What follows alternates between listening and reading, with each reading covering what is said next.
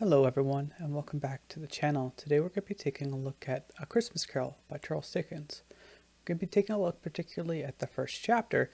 We're going to take a look at how Charles Dickens was able to set up this character and the scene to help us create the image of Christmas time in our minds. Charles Dickens is noted as one of the best writers of the Victorian era, probably one of the most popular of that time period, and has had a lasting impact, particularly in this case with The Christmas Carol. There are a ton of different movies and stories based off of this book itself. So let's get into who Charles Dickens is. Charles Dickens, born February 7th, 1812 to June 9th, 1870, was an English novelist, journalist, short story writer, and social critic. He created some of the literature's best-known fictional characters and regarded as many as the greatest novelists of the Victorian era. His works enjoyed unprecedented popularity during his lifetime, and by the 20th century, critics and scholars recognized him as a literary genius. His novels and short stories are widely read today. When we're talking about A Christmas Carol, this is the quintessential Christmas story. One of the things that we forget is that A Christmas Carol is actually supposed to be a story that is, in a way, a song, as the song Christmas Carol as we would understand it. So the way that he tries to incorporate this is that instead of chapters, as we would typically understand it, they're called stays. Now, one of the people that I follow on the podcasts actually is going over and reading through the Christmas Carol and adding some notes so that it helps for us to better understand the world. But the story itself has been retold and told dozens of times. The actual first time the story was actually adapted for screenplay was actually in 1901. If you take a look at the link that I have below, you will find a very short video of a silent film from 1901 that actually gives you pretty much a broad overview of the story, starting with Marley to his redemption.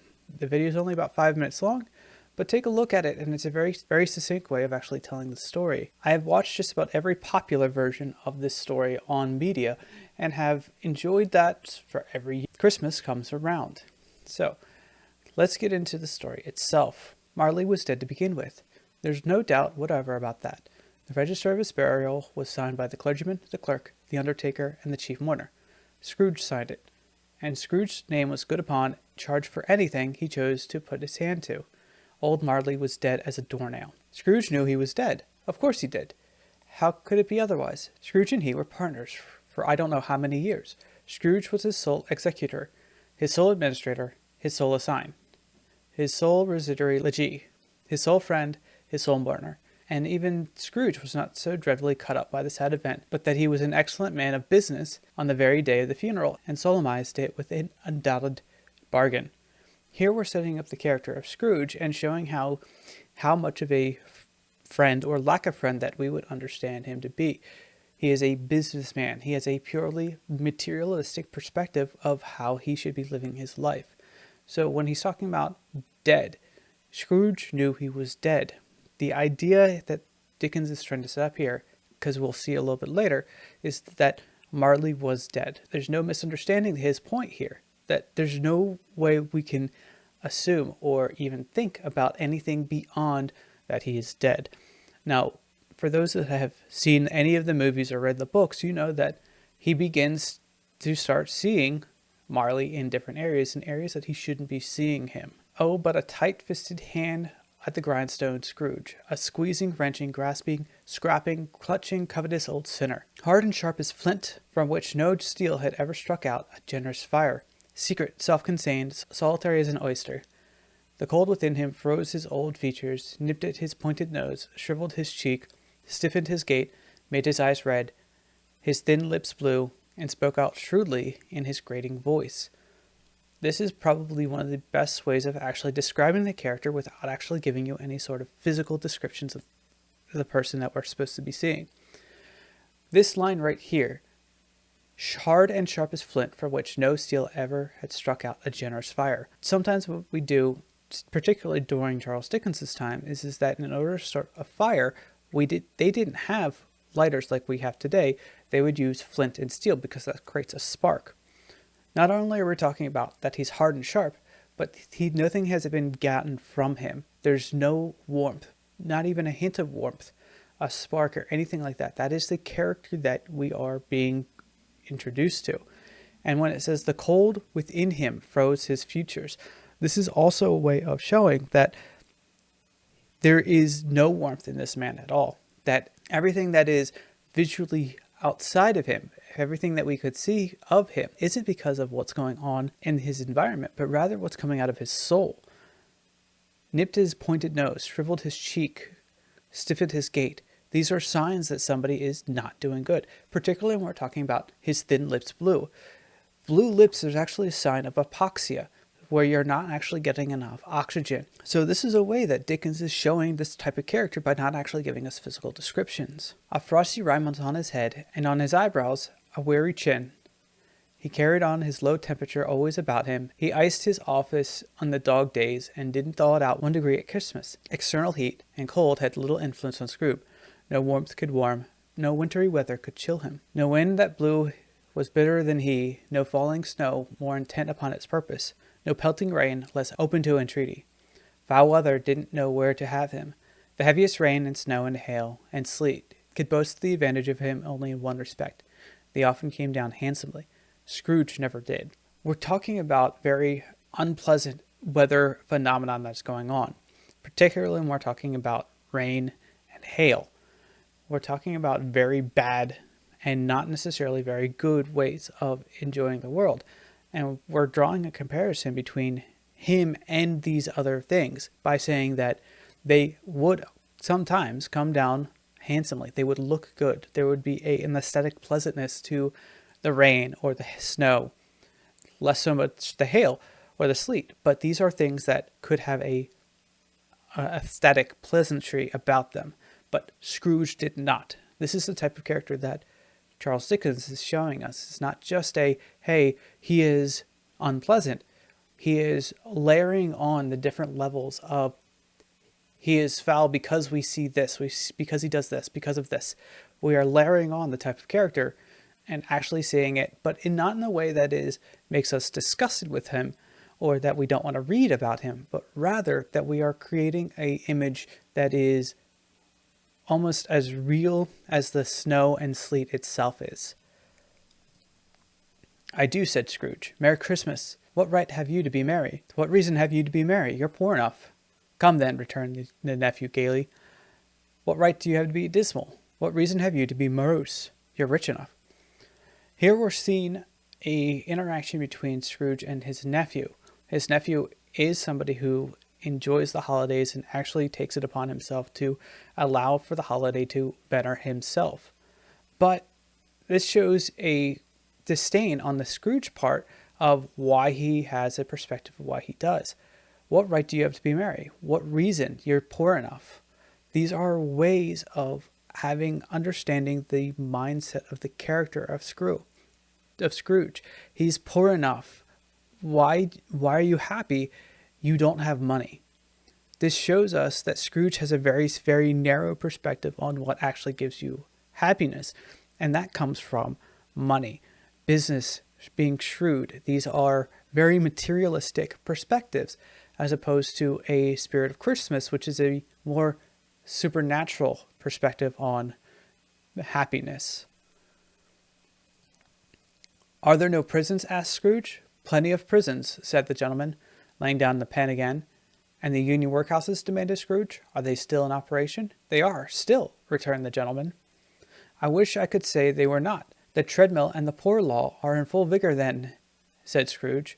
Both very busy, sir. Oh, I was afraid from what you had said at first that something had occurred to stop their useful course, said Scrooge. I'm very glad to hear it. This gives a perspective on what charity is for Scrooge. It is just something to get something out of it. That if there are ways of not having to do charity, if there are ways of getting people what they need, then there's no reason to give charity. I don't make merry myself at Christmas, and I can't afford to make idle people merry. I help to support the establishments I have mentioned. They cost enough, and those who are badly off must go there. Many can't go there, and many would rather die. And if they would rather die, they better do it and decrease the surplus population. Besides, excuse me, I don't know that. Basically what Scrooge is saying here is that because he pays taxes, because he does all of these things, he doesn't have the moral obligation to actually help people. This goes off in a little bit earlier when he talks about being a good businessman and understanding that my business is actually the money that I'm making. That is my business. Nothing else matters to him. To Scrooge, that the business, the making of the money, that very materialistic perspective is all that matters. So when we're seeing this, we're seeing a character who doesn't have any sort of spiritual connection to those around him. This is something that we can see in our society today. The idea of a spiritual connection is usually dismissed, if not outright ridiculed, by those that think that they have a understanding of the world. As a Christian, I believe that there are more than what we see, than what's going on around us. As Shakespeare said, there are more things in heaven and earth, Horatio, than are dreamt of in your philosophy. The idea here, what he's talking about philosophy, is actually saying that science and philosophy kind of had the same idea during Shakespeare's time. So we have an idea of that there's more than what we physically understand to be part of our experience. And this is the same mindset that Dickens is trying to get across to us, is that there's more than just the physical, there's more than just the materialistic perspective that help us connect to the world around us and have a positive impact on us ourselves. Now this is after Scrooge has left his apartment and he's on his way home. And then let any man explain to me, if he can, how it happened that Scrooge, having his key in a lock of the door, saw the knocker, without its undergoing any intermediate process of change, not a knocker, but Marley's face. This is our first indication that something supernatural is going on, that because we've established that Marley is dead, why is he seeing Marley's face in the door knocker? And they're talking about it's not an intermediary process of change. It didn't morph into something else, but rather it just appeared. That it was just Marley's face. You may talk vaguely about driving a coach up and 6 up a good flight of stairs, or through a young Act of Parliament, but I mean to say that you might have got a hearse up that staircase and taken it broadwise, with a splinter bar towards the wall, and the door towards the bustrates, and done it easy. There are plenty of width for that, and room to spare, which is perhaps the reason why Scrooge thought he saw a locomotive hearse going on before him in the gloom. A dozen glass lamps out of the street couldn't have lighted the entry too well, so you may suppose that it was pretty dark with Scrooge's dip. The idea here is that there is a vast expanse in Scrooge's house, the house that he inherited from Marley. We're talking about a wide area. This is a way of showing that Scrooge had an emptiness in him. This is one of those blue curtain type situations. Why is Dickens talking about it? He's talking about it that there is a wide expanse in Scrooge's heart that he is unable to fill. And when he says there was a locomotive hearse going on before him in the gloom, there kind of is hinting that he has an understanding that there is death in front of him, that there is something that he cannot yet grasp. After several turns, he sat down again as he threw his head back in the chair. He glanced happened to rest upon a bell, a disused bell, that hung in the room and communicated for some purpose now forgotten, with a chamber in the highest story of the building. It was with great astonishment, strange, inexplicable dread, that, as he looked, he saw this bell begin to swing. It swung so softly on the outset that it scarcely made a sound, but soon it rang loudly, and so did every bell in the house. One of the things that he talks about is that this house belonged to a Dutch person who had a family. So one of the things that they're talking about, the reason that these bells are here is actually to communicate and to connect everybody in the house so that they're not shouting and whatnot. So if you wanted to get a hold of somebody, you would just ring their bell and it would indicate to that person, if they're in their room, that you actually want to talk to them. It's a way of connecting people. The same connection that is missing in his life. One could say that this house is begging for that life again by ringing these bells. At the same face, the very same, Marley in his pigtail, usual waistcoat, tights and boots, the tassels on the latter bristling like a pigtail, his coat skirts, and the hair upon his head. The chain he drew was clasped about his middle. It was long and wound about him like a tail, and it was made, for Scrooge observed it closely, of cash boxes, keys, padlocks, ledgers, deeds, and heavy purses wrought in steel. His body was transparent so that Scrooge, observing him and looking through his waistcoat, could see 2 buttons on his coat behind. Scrooge had heard it said that Marley had no bowels, but he never believed it until now. Have no bowels. The idea here is that during this time period, bowels were kind of the heart of what we see today. So the idea of the seat of emotions, that's where the bowels were. When, your butterflies in the stomach, that's that same idea. But here they're saying that Marley had no soul in a way. He had no emotions. He had nothing to ground him to life. Because, said Scrooge, a little thing affects them. A slight disorder of the stomach makes them cheats. You may be an undigested bit of beef, a blot of mustard, a crumb of cheese, a fragment of underdone potato. There's more gravy than grave about you, whatever you are. Scrooge was not much in the habit of cracking jokes, nor did he feel in his heart by any means waggish then. The truth is, he tried to be smart, as a means of distracting his own attention, and keeping down his terror, for the spectre's voice disturbed him to the very marrow of his bones. This is something that we can see even today, that people will try to dismiss it because there is a possibility of something being the case. They reject the supernatural because there might be a explanation, a physiological or a rational explanation of why this supernatural experience is happening. But one of the things that you cannot deny, and this is what Dickens is pointing to, is the spectre's voice disturbed him the very marrow in his bones. There is truth that we can know, that we can try to rationalize out. We try to say, no, that's not how it is. It could be this. Therefore, it is not what I'm experiencing. And recognizing that our senses are fallible, but at the same time relying on something that is also fallible, our rationality. But that doesn't mean that we cannot know truth.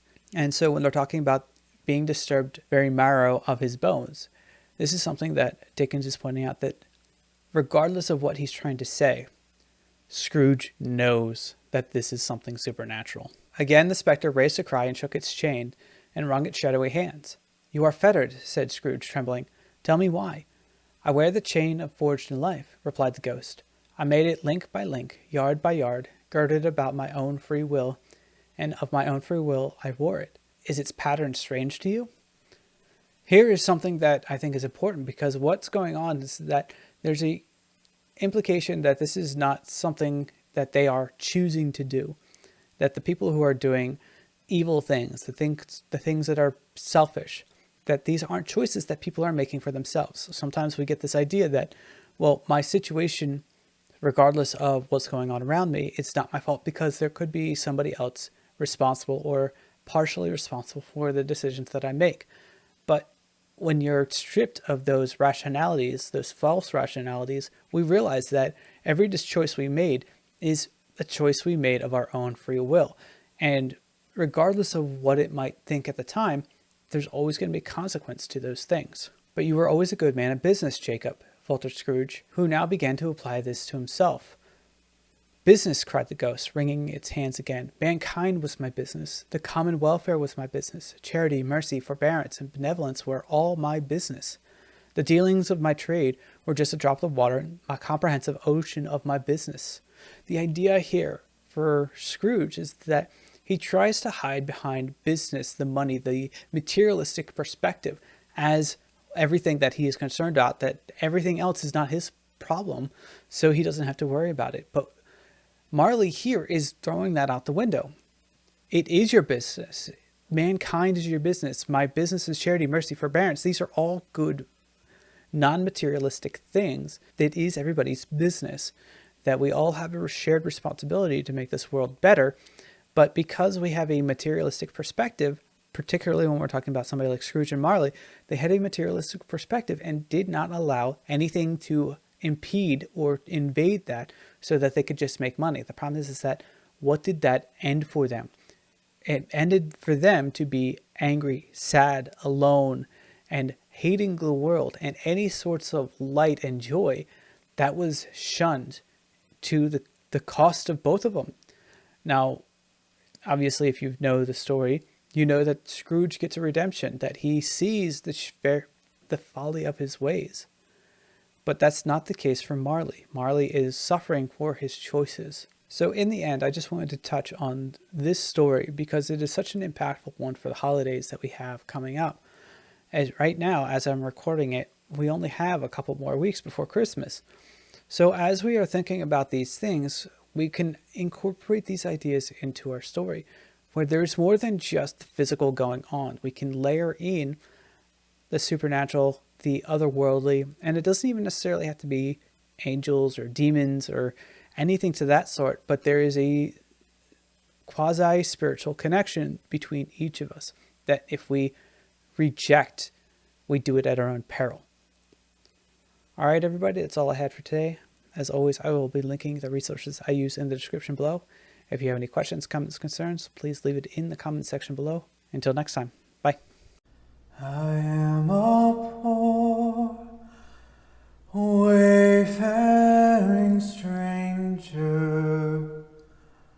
I'm traveling through this world of woe, yet there's no sickness, toil, nor danger in that bright land to which I go.